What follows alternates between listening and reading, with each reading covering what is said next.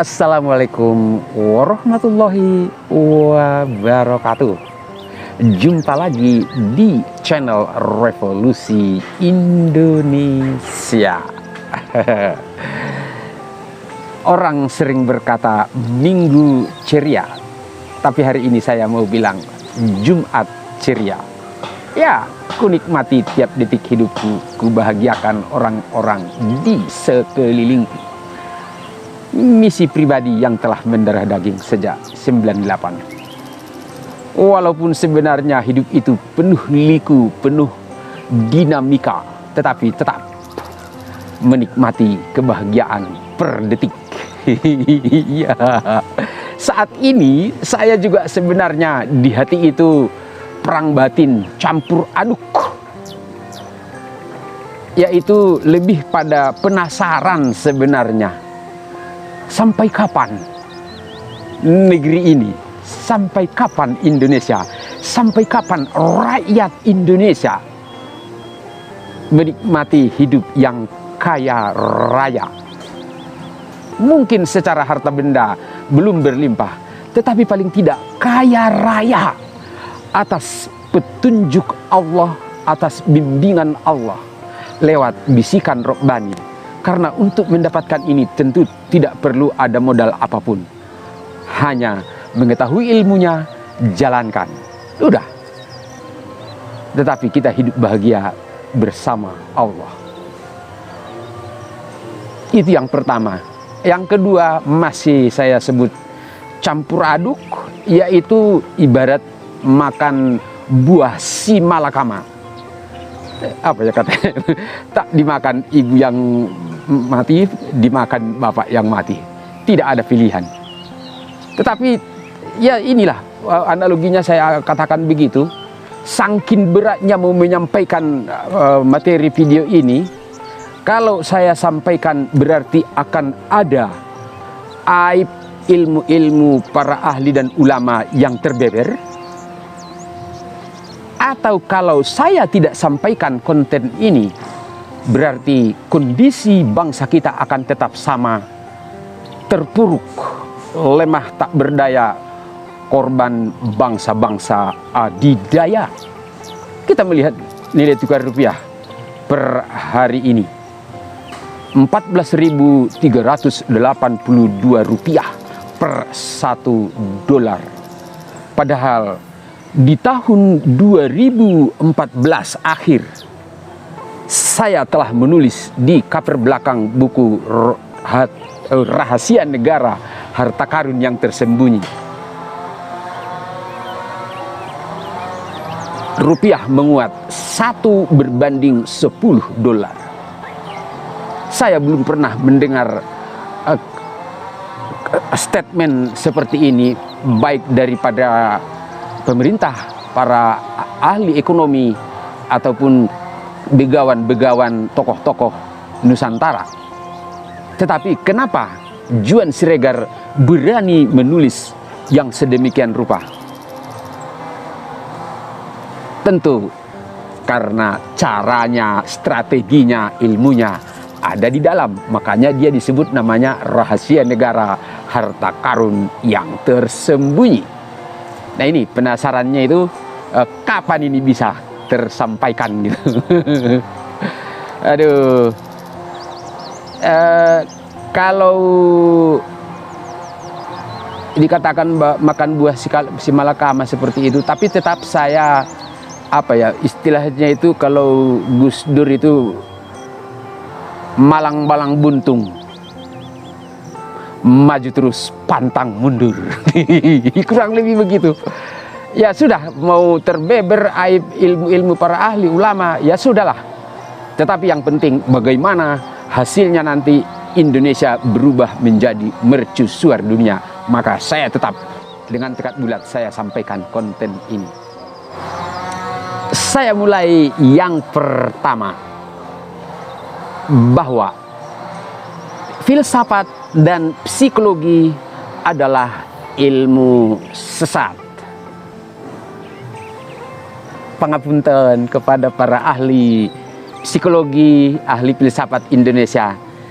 Juan Siregar mengatakan bahwa filsafat dan psikologi adalah ilmu sesat.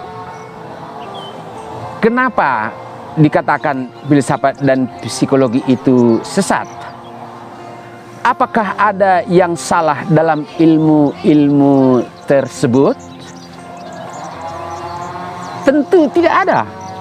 Semua ilmu-ilmu, teori-teori yang dikembangkan dari filsafat dan psikologi adalah benar. Kita tahu bahwa filsafat itu disebut sebagai induknya ilmu pengetahuan. Setelah dikembangkan oleh Thales dan Pythagoras, bagaimana mengembangkan potensi manusia melalui akal pikir, olah pikir.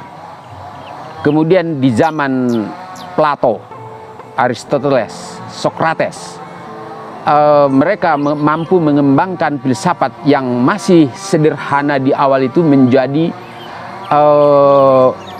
melahirkan disiplin-disiplin ilmu baru seperti biologi, fisika, matematika, bahasa, bahkan sampai ekonomi, hukum, pemerintahan, tak terkecuali tentang metafisika. Begitu hebatnya efek dari lahirnya ilmu filsafat hingga melahirkan berbagai macam ilmu. Dan bahkan ketika René Descartes, Isaac Newton, Francis Bacon membuat pengembangan-pengembangan yang luar biasa, bahkan melahirkan revolusi demi revolusi seperti revolusi pertanian, revolusi industri, revolusi ekonomi, bahkan lahir setelah mereka kembangkan ilmu-ilmu yang dibuat atau yang dikembangkan oleh zamannya Plato. Dan bagaimana lebih dahsyat lagi ketika Wilhelm Wundt mendirikan laboratorium psikologi, sehingga psikologi itu menjadi disiplin ilmu tersendiri terpisah dari filsafat. Bagaimana para ahli-ahli penjuru dunia mengembangkan teori-teori yang berkaitan dengan potensi diri manusia, potensi jiwa manusia itu, sehingga bahkan bisa melahirkan teori-teori seperti alam bawah sadar, teori-teori tentang chatterbox, bahkan ditemukannya noktah Tuhan dalam otak manusia. Jadi, di mana ada salahnya filsafat dan psikologi itu? Bukankah kedua ilmu itu telah membuat peradaban, mengubah peradaban dari zaman purba menjadi zaman modern seperti sekarang? Kita menikmati zaman revolusi informasi yang serba mudah. Tentu itu adalah buah dari pengembangan filsafat dan psikologi, sehingga manusia berkemampuan untuk melahirkan peradaban yang kita nikmati sekarang ini. Terus, kenapa dia disebut ilmu sesat? Bagaimana ya menjelaskannya? Mungkin sederhananya, ya dia benar untuk kita hidup di peradaban modern seperti ini, untuk hidup sukses di dunia ini. Tetapi secara hakikat, secara spiritual, dia masih sesat.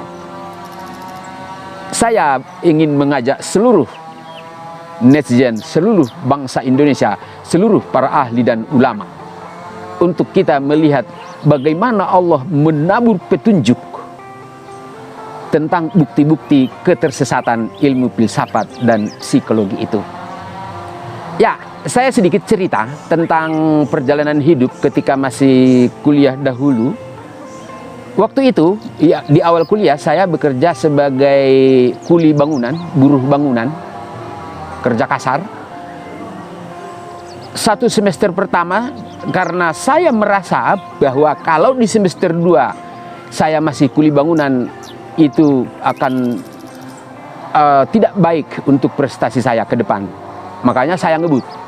Jadi dalam waktu durasi 3 bulan belajar, saya ngebut benar-benar rajinnya seperti apa, ya sudah, pokoknya tidak kenal waktu.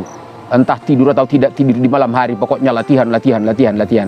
Dan betul, di bulan Desember, di akhir semester, saya mengikuti tes di sebuah lembaga pendidikan.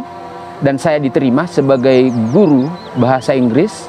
Dan di luar itu, saya juga masih bekerja sebagai guide untuk para turis yang datang di Banda Aceh. Nah, karena saya sudah mengajar bahasa Inggris, sudah jadi guide, jadi bagi saya bahasa Inggris itu tidak lagi menantang. Dan sejak semester 2, saya hanya terpukau dan saya tidak bisa menahan mata untuk tidak terus melototi buku demi buku, bahkan saya mencari di berbagai pustaka yang berkaitan dengan filsafat, psikologi, dan tasawuf. Entah kenapa, begitu senangnya dengan ketiga ilmu itu.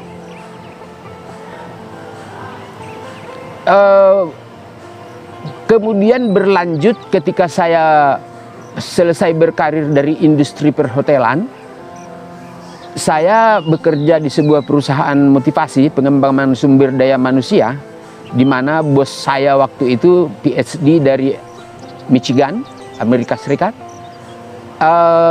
Dan dia punya begitu banyak buku karena dia juga pernah kuliah di Jerman, pernah di Australia, dan dia punya buku-buku dari berbagai negara itu. Dan karena background saya dari bahasa Inggris, karena memang ketika semester 4 kuliah pun saya sudah pernah mendirikan perusahaan Professional Translation Agency, yaitu perusahaan yang bergerak di bidang, kalau dikatakan perusahaan ya masih kecil-kecilan, namanya mahasiswa, yaitu saya membuka biro terjemahan dan menerjemah berbagai disiplin ilmu. Dari gambaran itu, ketika saya memulai karir di dunia motivasi dan SDM itu, saya benar-benar berbulan-bulan mabuk ilmu, terjemah ratusan buku. Baik itu applied psychology, psikologi populer, maupun itu tentang meditasi, healing, super learning, IQ, EQ, emotional intelligence, seperti karya-karya Danah Johar. Nah, tentu bisa dibayangkan bagaimana ilmu-ilmu itu membekali saya begitu tak terhingga. Dan dari ilmu itulah saya membuat sebuah metode belajar yang sederhana, yaitu mengajarkan teori-teori hukum alam dan teori bawah sadar. Dan hampir semua pelatihan yang saya berikan kepada ratusan perusahaan, belasan ribu SDM Indonesia itu, kedua materi itu hampir tidak pernah lepas dan termasuk sebagai materi utama. Apa yang terjadi setelah saya mengajarkan itu? Sekitar bulan saya lupa, tapi tahun 2009 saya mengalami siksa neraka gara-gara mengajarkan teori-teori hukum alam dan teori bawah sadar. Siksa neraka, di penghujung siksa neraka itu, kalau keluarga di rumah dan tetangga-tetangga yang menjaga jasad, mungkin itu cangkang ya, cangkangnya itu di rumah. Menurut mereka kurang lebih seminggu itu tidak pernah makan, tidak pernah minum. Kalau istri saya bilang dikasih minum, itu air meleleh membasahi baju. Berarti selama seminggu lebih itu tidak pernah makan dan minum. Namun istri saya itu dan tetangga-tetangga itu cerita, ketika di akhir-akhir masa itu, dia bilang bahwa jasad itu kalau sudah masuk kamar mandi, alamat nggak bisa nyuci, karena dia bilang main air, pucak, entah ngapain. Mungkin begitulah cara Allah mempertunjukkan jasad yang ada di rumah dengan jasad yang ada di alam sana itu memiliki perilaku yang relatif sama. Kita tahu bahwa dalam Al-Quran disebutkan bahwa surga itu mengalir sungai-sungai di bawahnya. Apakah Juan Siregar kita ketika itu di alam sana mandi-mandi sungai? Karena itu tidak ada hikmah yang bisa saya sampaikan. Tentu saya tidak akan berkomentar apapun tentang itu. Saya hanya menyampaikan kondisi jasad di rumah, dan barangkali memang itu menggambarkan kondisi jasad yang ada di alam goib sana. Nah, di masa-masa itu apakah selamanya mandi air? Tentu banyak yang lain. Nah, di masa-masa yang lain itulah bagaimana Allah menabur petunjuk tentang penyempurnaan ilmu-ilmu filsafat dan psikologi itu. Bahkan teori evolusinya Charles Darwin yang mengatakan manusia berasal dari kera itu juga terbeber di mana ketersesatannya. Jadi dengan ditemukannya penyempurnaan teori hukum alam, teori bawah sadar, ini tentu dari konten video ini adalah peluang tiada tara besarnya bagi para ahli Indonesia, khususnya di bidang filsafat, psikologi, sejarah, ekonomi, bahasa, untuk menyempurnakan teori-teori yang sudah ada dibuat oleh para ilmuwan dunia, terutama tentu yang paling terkenal secara umum adalah teori Charles Darwin. Tetapi Darwin juga mengatakan ada the missing link dalam teorinya itu. Nah, apa itu the missing link? Ternyata di dalam buku yang saya tulis itu sudah ditemukan. Nah, apabila para ahli Indonesia mampu menyambungkan dengan konsep-konsep teori ilmiah di dunia kampus, bagaimana hukum alam itu merupakan bagian dari sunnatullah atau hukum Allah. Kalau selama ini kan terpisah, hukum Allah dengan hukum alam itu seolah-olah itu dua hal yang berbeda. Nah, bagaimana menyambungkan bahwa hukum alam yang ditemukan oleh para ahli filsafat itu merupakan bagian dari hukum Allah. Satu contoh, ketika saya membaca bukunya Rhonda Byrne yang berjudul The Secret, di dalam buku itu bagaimana Rhonda Byrne memfokuskan, kita tahu hukum alam itu banyak cabangnya, seperti hukum perubahan, hukum konsentrasi, hukum timbal balik, hukum keseimbangan, hukum tarik menarik. Nah, law of attraction ini begitu dominan dikupas oleh Rhonda Byrne dalam arti bahwa apapun yang kita yakini semua itu akan datang sendiri. Kemampuan pikiran, kekuatan pikiran manusia bisa menundukkan alam sehingga alam itu datang sendiri. Itu teori dari The Secret-nya Rhonda Byrne. Di beberapa video yang saya buat sebelumnya, bahwa bukan pikiran manusia yang membuat itu datang, tetapi bagaimana ketika kita sudah pada tingkat tawakal di surat At-Tolak ayat 2-3. Wa may yattaqillaha yaj'al lahu makhraja wa yarzuqhu min haitsu la yahtasib wa may yatawakkal 'alallahi fa huwa hasbuh. Jadi bagaimana Allah membuat alam itu membantu atau menjadi petunjuk-petunjuk dan seolah-olah datang sendiri kepada kita yang Allah gerakkan untuk menyempurnakan segala cita-cita, segala impian.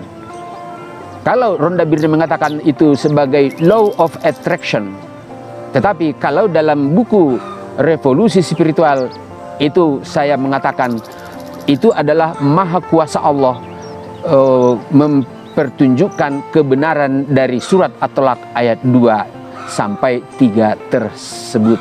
Nah, kalau misalkan para ahli dan ulama Indonesia bisa membahasakan itu ke dalam teori ilmiah, tentu karena ilmu itu datangnya dari barat dan kita menerima itu, kemudian kita sampaikan kepada mereka kebenarannya, dan ada penyempurnaan yang kita temukan dari Al-Quran, tentu karena kita menggunakan bahasa mereka, ilmu mereka, mereka akan menerima ilmu-ilmu dari Al-Quran itu, karena benar-benar penyempurnaannya itu juga sama, untuk perbaikan, untuk kemajuan, untuk perbaikan peradaban dan kemudahan-kemudahan karena maha kuasa Allah.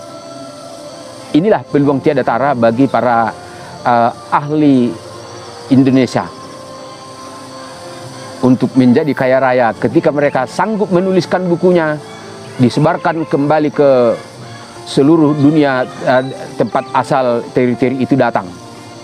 Tentu bagaimana saya tidak bisa membayangkan seberapa kaya rayanya para ahli Indonesia dengan penjualan buku-buku penyempurnaan teori-teori yang telah berusia ribuan ratusan tahun tersebut.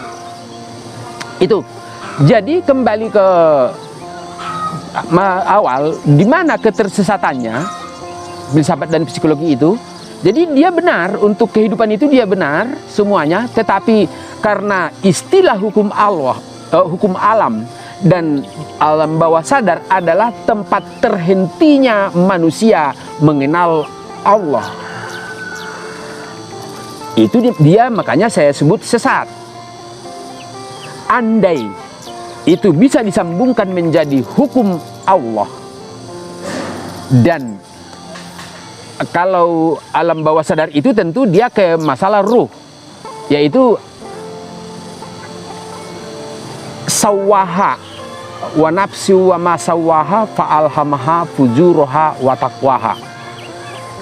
Nafs itu bersifat fujur, sedangkan sawaha itu bersifat takwa. Nafs inilah yang dimaksud dengan alam bawah sadar. Cuman karena para ahlinya tidak melihat petunjuknya dari Al-Quran, disebutlah istilahnya bawah sadar. Tapi sebenarnya itu sama zatnya. Itu sawah, nafs dan bawah sadar itu adalah zat yang sama, di mana ada makhluk goib dalam diri manusia yang berkekuatan tiada tara. Dan ketika kita mampu membahasakan itu dari sawaha yang bersifat, dari nafs yang bersifat fujur, langsung bisa masuk ke sawaha yang bersifat takwa tadi itu. Disitulah sebenarnya para ulama Indonesia bisa membimbing seluruh bangsa Indonesia mengenal Allah secara sempurna, lahirnya bisikan Rabbani. Dan ketika itu dilahirkan buku-buku teorinya, karena itu berasal dari psikologi, berasal dari ilmu-ilmu barat, tentu ilmu-ilmu agama yang dibuat oleh para ulama Indonesia itu akan berlaku ke seluruh negara di muka bumi. Bisa dibayangkan sebetapa kaya rayanya para ulama Indonesia apabila telah melakukan itu. Dan tentu Juan Siregar, karena itu semua sudah tertulis di 3 buku, tentu siap bahu-membahu untuk mewujudkan penyempurnaan teori itu. Itu dia. Ketersesatan filsafat dan psikologi serta sejarah, juga masalah ekonomi dan bahasa yang itu bisa disempurnakan oleh para ahli dan ulama Indonesia. Insya Allah video ini bisa menggugah seluruh netizen, seluruh bangsa Indonesia untuk segera kita bertemu untuk membicarakan ini secara internal, karena bagaimanapun saya sampaikan dalam video publik seperti ini tentu akan sukar dipahami oleh masyarakat umum. Karena yang bisa memahami ini tentu para ahli dan ulama, karena mereka yang punya ilmunya. Saya sendiri sebenarnya untuk ilmu detail praktisnya, ilmu teoretikalnya secara akademis, tentu saya tidak begitu paham. Namun hakikat-hakikatnya tentu saya sudah buat dalam buku. Itu saja untuk ketersesatan filsafat dan psikologi, di mana sebenarnya dengan saya mempelajari ilmu itu, justru saya tidak mampu mencari kata-kata untuk menghaturkan tiada tara terima kasih kepada ahli filsafat dan psikologi penjuru dunia. Karena dengan ilmu-ilmu mereka lah saya bisa menemukan jalan untuk menemukan petunjuk-petunjuk yang ada di dalam Al-Quranul Karim. Terima kasih. Assalamualaikum warahmatullahi wabarakatuh. Subhanallah.